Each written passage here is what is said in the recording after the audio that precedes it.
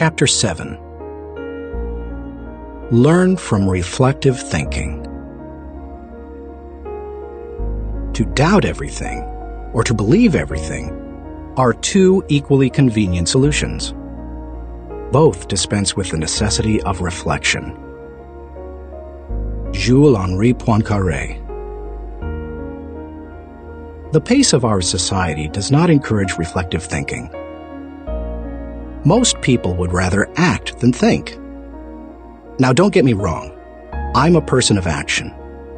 I have very high energy, and I like to see things accomplished. But I'm also a reflective thinker. Reflective thinking is like the crock pot of the mind. It encourages your thoughts to simmer until they're done. As I go through this process, my goal is to reflect so that I might learn from my successes and mistakes, discover what I should try to repeat, and determine what I should change. It is always a valuable exercise. By mentally visiting past situations, you can think with greater understanding. 1. Reflective thinking gives you true perspective. When our children were young and still lived at home, we used to take them on wonderful vacations every year. When we got home, they always knew that I was going to ask them two questions. What did you like best? And what did you learn? It didn't matter whether we went to Walt Disney World or Washington, D.C. I always asked those questions. Why? Because I wanted them to reflect on their experiences. Children don't naturally grasp the value or cost of an experience unless prompted. They take things for granted. I wanted my children to appreciate our trips and to learn from them. When you reflect, you are able to put an experience into perspective. You are able to evaluate its timing, and you are able to gain a new appreciation for things that before went unnoticed. Most people are able to recognize the sacrifices of their parents or other people only when they become parents themselves. That's the kind of perspective that comes with reflection. 2. Reflective thinking gives emotional integrity to your thought life. Few people have good perspective in the heat of an emotional moment. Most individuals who enjoy the thrill of an experience try to go back and recapture it without first trying to evaluate it. It's one of the reasons our culture produces so many thrill seekers. Likewise, those who survive a traumatic experience usually avoid similar situations at all costs, which sometimes ties them into emotional knots. Reflective thinking enables you to distance yourself from the intense emotions of particularly good or bad experiences and see them with fresh eyes. You can see the thrills of the past in the light of emotional maturity and examine tragedies in the light of truth and logic. That process can help a person to stop carrying around a bunch of negative emotional baggage. President George Washington observed, "We ought not to look back unless it is to derive useful lessons from past errors and for the purpose of profiting by dearly bought experience. Any feeling that can stand up to the light of truth and can be sustained over time has emotional integrity and is therefore worthy of your mind and heart." 3. Reflective thinking increases your confidence in decision-making. Have you ever made a snap judgment and later wondered if you did the right thing? Everybody has. Reflective thinking can help to diffuse that doubt. It also gives you confidence for the next decision. Once you've reflected on an issue, you don't have to repeat every step of the thinking process when you're faced with it again. You've got mental road markers from having been there before. That compresses and speeds up thinking time, and it gives you confidence. And over time, it can also strengthen your intuition. 4. Reflective thinking clarifies the big picture. When you engage in reflective thinking, you can put ideas and experiences into a more accurate context. Reflective thinking encourages us to go back and spend time pondering what we have done and what we have seen. If a person who loses his job reflects on what happened, he may see a pattern of events that led to his dismissal. He will better understand what happened, why it happened, and what things were his responsibility. If he also looks at the incidents that occurred afterward, he may realize that in the larger scheme of things, he's better off in his new position because it better fits his skills and desires. Without reflection, it can be very difficult to see that big picture. 5. Reflective thinking takes a good experience and makes it a valuable experience. When you were just starting out in your career, did it seem that few people were willing to give someone without experience an opportunity? At the same time, could you see people who had been on their jobs 20 years, who yet did their work poorly? If so, that probably frustrated you.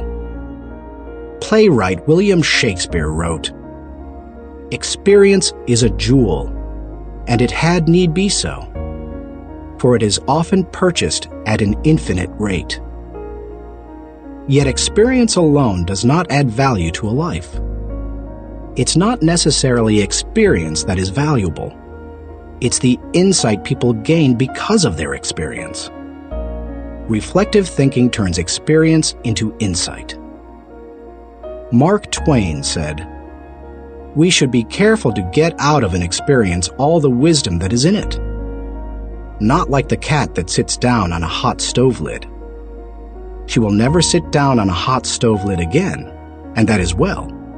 But also, she will never sit down on a cold one anymore." An experience becomes valuable when it informs or equips us to meet new experiences.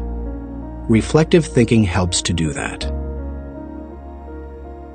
How to embrace the lessons of reflective thinking. If you are like most people in our culture today, you probably do very little reflective thinking. If that's the case, it may be holding you back more than you think. Take to heart the following suggestions to increase your ability to think reflectively. 1. Set aside time for reflection. Greek philosopher Socrates observed, "The unexamined life is not worth living." For most people, however, reflection and self-examination doesn't come naturally. It can be a fairly uncomfortable activity for a variety of reasons. They have a hard time staying focused. They find the process dull, or they don't like spending a lot of time thinking about emotionally difficult issues. But if you don't carve out the time for it, you are unlikely to do any reflective thinking. 2. Remove yourself from distractions. As much as any other kind of thinking, reflection requires solitude. Distraction and reflection simply don't mix. It's not the kind of thing you can do well near a television, in a cubicle, while the phone is ringing, or with children in the same room. One of the reasons I've been able to accomplish much and keep growing personally is that I've not only set aside time to reflect, but I've separated myself from distractions for short blocks of time. 30 minutes in the spa, an hour outside on a rock in my backyard, or a few hours in a comfortable chair in my office. The place doesn't matter, as long as you remove yourself from distractions and interruptions. 3. Regularly review your calendar or journal. Most people use their calendar as a planning tool, which it is. But few people use it as a reflective thinking tool. What could be better, however, for helping you to review where you have been and what you have done, except maybe a journal? I'm not a journaler in the regular sense. I don't use writing to figure out what I'm thinking and feeling. Instead, I figure out what I'm thinking and feeling, and then I write down significant thoughts and action points. I file the thoughts so that I can quickly put my hands on them again. I immediately execute the action points or delegate them to someone else. Calendars and journals remind you of how you've spent your time, show you whether your activities match your priorities, and help you see whether you are making progress. They also offer you an opportunity to recall activities that you might not have had the time to reflect on previously. Some of the most valuable thoughts you've ever had may have been lost because you didn't give yourself the reflection time you needed. 4. Ask the right questions. The value you receive from reflecting will depend on the kinds of questions you ask yourself. The better the questions, the more gold you will mine from your thinking. When I reflect, I think in terms of my values, relationships, and experiences. Here are some sample questions. Personal growth. What have I learned today that will help me grow? How can I apply it to my life? When should I apply it? Adding value. To whom did I add value today? How do I know I added value to that person? Can I follow up and compound the positive benefit he or she received? Leadership. Did I lead by example today? Did I lift my people and organization to a higher level? What did I do, and how did I do it? Personal faith. Did I represent God well today? Did I practice the golden rule? Have I walked the second mile with someone? Marriage and family. Did I communicate love to my family today? How did I show that love? Did they feel it? Did they return it? Inner circle. Have I spent enough time with my key players? What can I do to help them be more successful? In what areas can I mentor them? Discoveries. What did I encounter today to which I need to give more thinking time? Are there lessons to be learned? Are there things to be done? How you organize your reflection time is up to you. You may want to adapt my pattern to your own values. Or you can try a system that my friend Dick Biggs uses. He creates 3 columns on a sheet of paper. Year, turning point, impact. This system is good for reflecting on the bigger picture. Dick used it to see patterns in his life, such as when he moved to Atlanta and was encouraged by a new teacher to write. You could just as easily write event, significance, and action point on a page to help you benefit from reflective thinking. The main thing is to create questions that work for you and write down any significant thoughts that come to you during the reflection time. 5. Cement your learning through action. Writing down the good thoughts that come out of your reflective thinking has value, but nothing helps you to grow like putting your thoughts into action. To do that, you must be intentional. When you read a good book, for example, there are always good thoughts, quotes, or lessons that you can take away from it and use yourself. I always mark the takeaways in a book and then reread them when I'm done with the book. When I listen to a message, I record the takeaways so that I can file them for future use. When I go to a seminar, I take good notes, and I use a system of symbols to cue me to do certain things. An arrow pointing to the right means to look at this material again. An asterisk next to the marked section means to file it according to the subject noted. An open bracket means that I want to use what's marked in a lecture or book. An arrow pointing up means this idea will take off if I work at it. When most people go to a conference or seminar, they enjoy the experience, listen to the speakers, and sometimes even take notes. But nothing happens after they go home. They like many of the concepts they hear, but when they close their notebooks, they don't think about them again.